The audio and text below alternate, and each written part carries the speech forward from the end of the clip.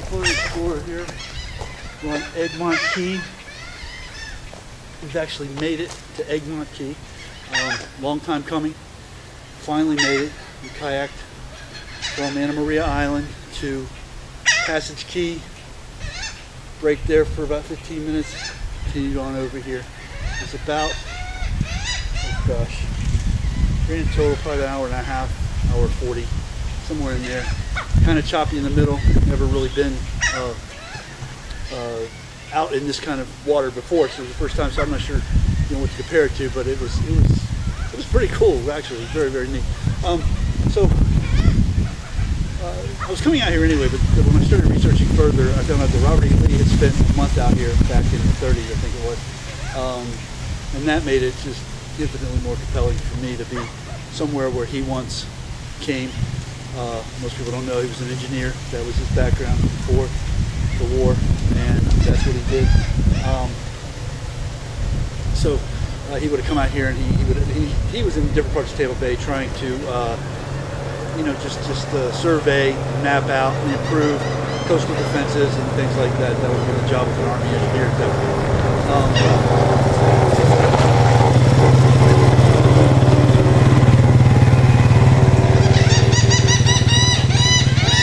The other thing is that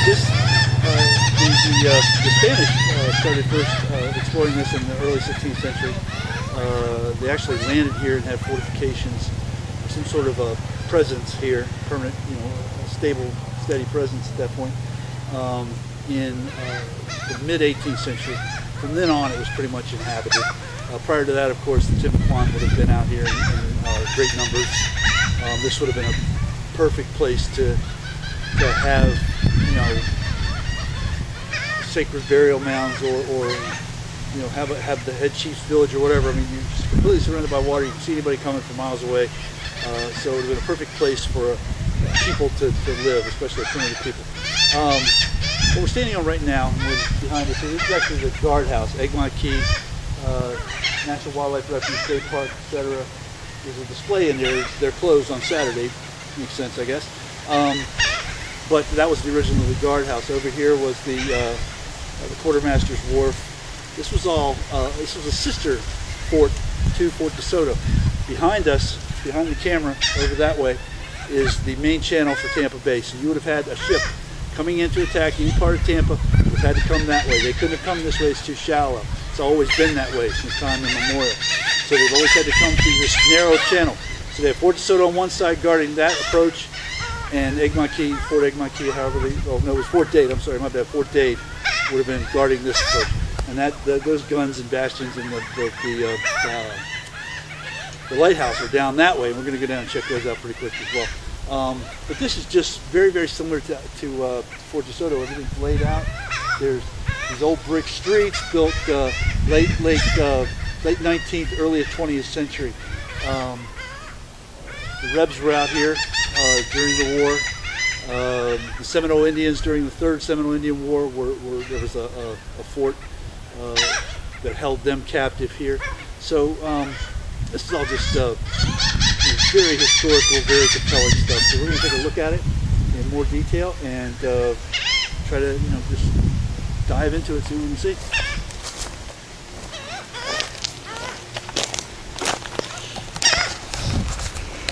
In so doing, we're going to these old train tracks. This is the what they call it, the dock, Quartermaster's wharf. So this is where the supplies would have come in and out. It says it was 600 feet long, so that thing would have gone way out there into the Bay Area. I don't know what this deal is over here. It probably has something to do with it, I'm sure. But you can see a picture of it here. So yeah, it extended quite a ways out there. And these tracks, they would have brought these. It would have brought the goods on some sort of rail car back through here, loaded them onto a horse cart, or some sort of other conveyance, and taking them back down to where they need to go, the various buildings. So this is where it all would have started. And these bricks, of course, are original, early 20th century. It's very, very cool stuff. So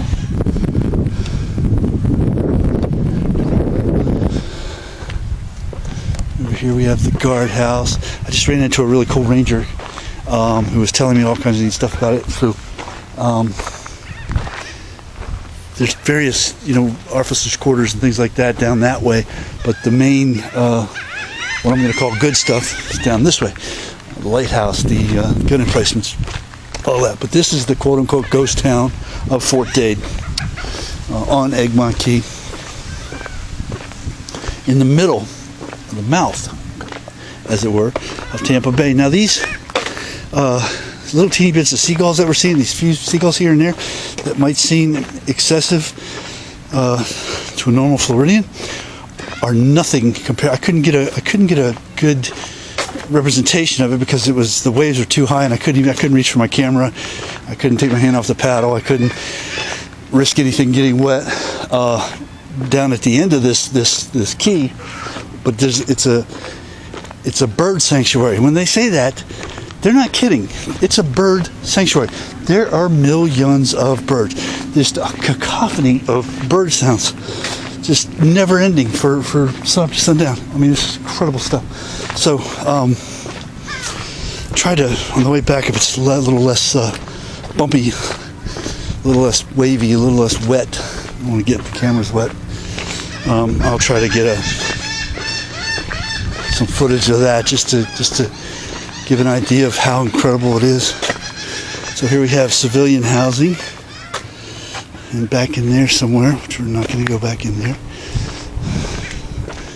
Again, time is of the essence in this whole deal. The tidal things are very important. We don't want to be out in the middle of this thing, this water, in a kayak when the tide is going out. We're going to have to anchor down for a couple hours in the middle of the bay, and we definitely don't want to do that. There isn't a single part of me that wants to do that. So we're going to try to get out before any of that goes down.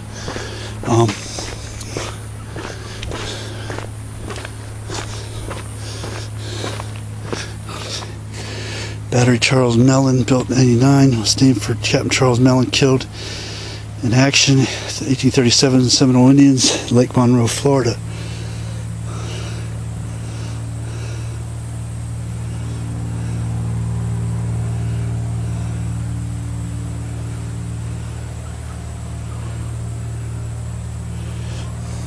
So these different batteries are made for different officers who gave their lives in the line of duty. Oh, nice, we're coming up on something. Now this lighthouse, oh, very cool, there it is. This lighthouse is an antebellum lighthouse. It's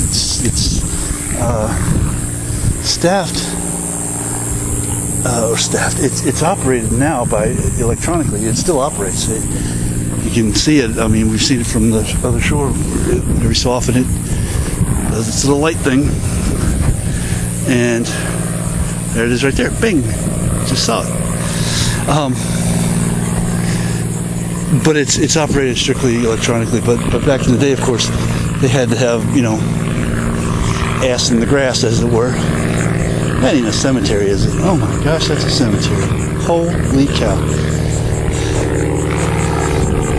Shut my mouth, slap your grandma. That's a cemetery.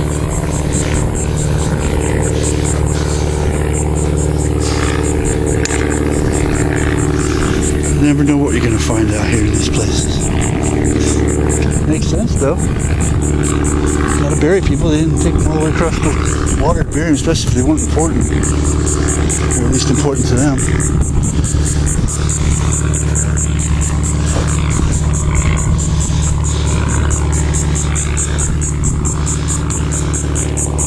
It certainly doesn't look as though they were important to them. I don't see anything that indicates any type of who's who or what's what in here. This is all just sort of coming together. Civil War burials. Yo!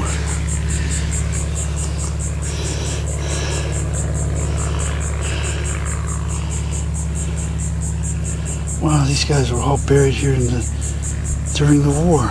They all died in service of their country. This is a Confederate burial ground.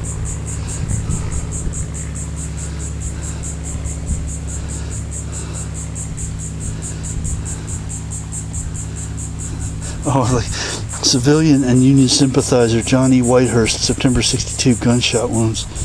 Holy cow.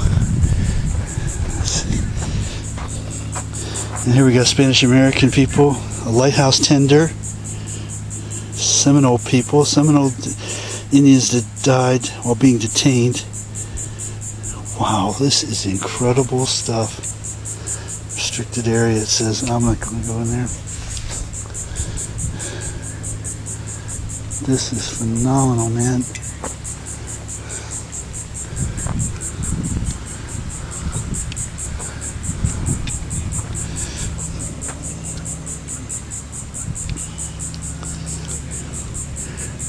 Unbelievable. Very cool. Very, very cool stuff.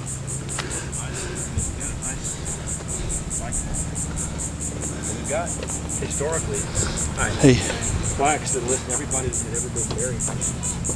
So all the soldiers, the military, have been the same there. And there was some Indians, Seminoles that have been lost, graves lost, and the guy John Whitehurst was talking about. he's on this side. Union sympathizer. Gunshot wound. See where I got it? Yeah.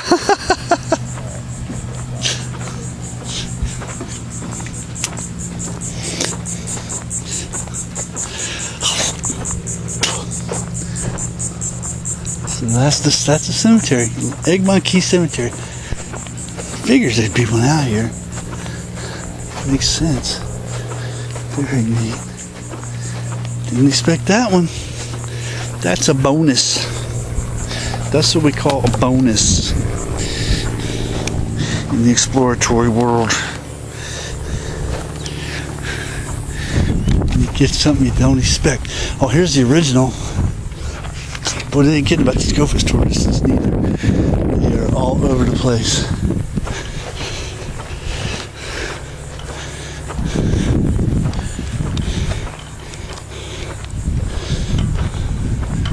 So these would have been the original lighthouse lenses, I guess is what they would call them. Hey there, little gopher tourist dude. What's up? What's up, Monica? Okay, so what do we got here? Definitely optic display on the Egmont Key Lighthouse in 1944. All right.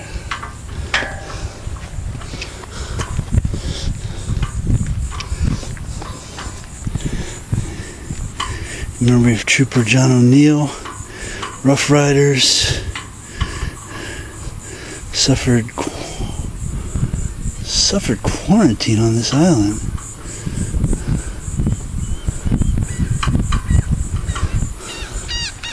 Wow, that's some neat stuff right there too.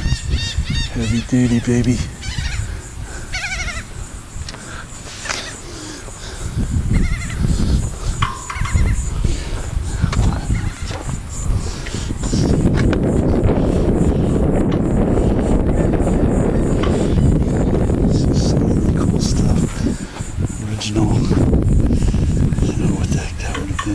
Original. That's some sort of an anchor. That's pretty obvious, but maybe that was a mine. I don't know. Neat stuff, though, man. Neat stuff.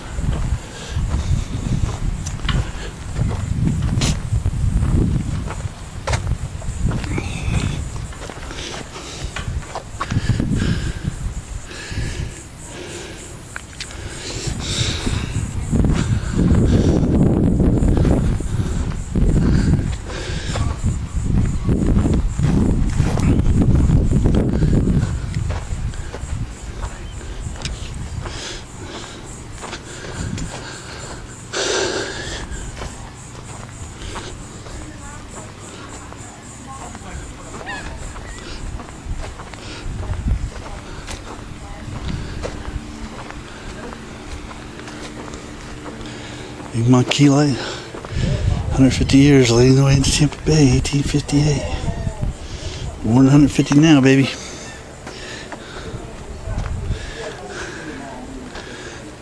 Oh, that's outstanding. That's outstanding. You can see that bad boy from everywhere. The thing really did the job. The second Egmont Key Light Tower, built 1858.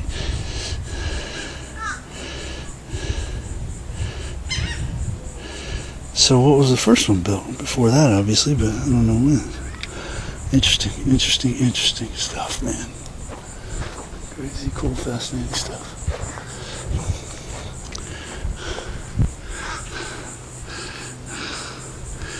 Well, we're going to shut this down for now, and we're going to go find a fort. We'll see you on the other side.